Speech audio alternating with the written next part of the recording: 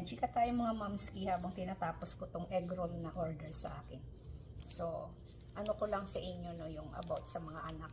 Dito sa Amerika, alam nyo po ba na kapag gusto mo talaga magtrabaho, dadalhin mo yung anak mo sa daycare, no? So, ang hirap pag yung wala kang kamag-anak dito. Kaya nga yung mga ibang mga Pilipina, pinipetisyon nila yung mga nanay nila para mag-alaga ng anak nila.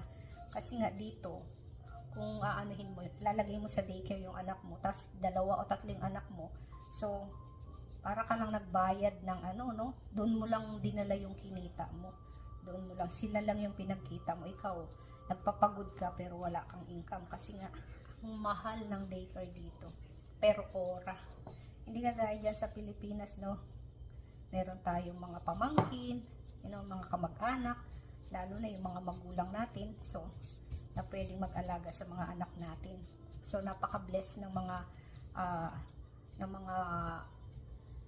may mga nanay na tumutulong para palakihin ng ating mga anak. Dito sa Amerika is, wala ka talagang choice. Idadali mo talaga yung anak mo sa daycare. Nung una ako, hindi rin ako sanay sa ganun, kasi, syempre, iba talaga kasi yung pag-aalaga ng mga Pilipina, no, kaysa sa kanilang pag-aalaga. Tayo kasi masyado tayong malinis, no?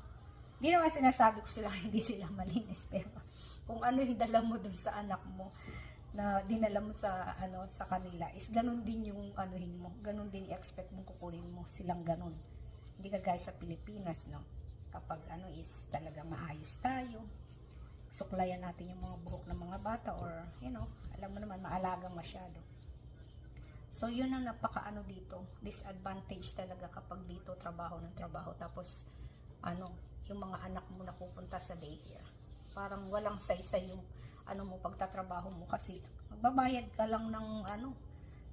lang ng daycare, kasi dito per ora ang bayaran din, so hindi ka guys sa Pilipinas, kapag may pamangkin ka o pameriendahin mo lang sila, okay na. So dito as in, wala, ang hirap talaga. So nung unang dating ko rin dito, ganun, hirap ako, lalo na wala akong pamilya dito, nag-iisa lang din ako nun dito. Kaya hirap ng buhay sa abroad, talagang ang hirap mag-adjust, lalo na pag yung may mga anak ka na dito, ang hirap, ang daming bawal, ang daming tapos yung mga anak mo, karay-karay mo, may dala kang car seat, lahat dala-dala mo, no? Tapos nag-iisa ka lang. So, kaya kayo, mahalin nyo yung mga magulang nyo na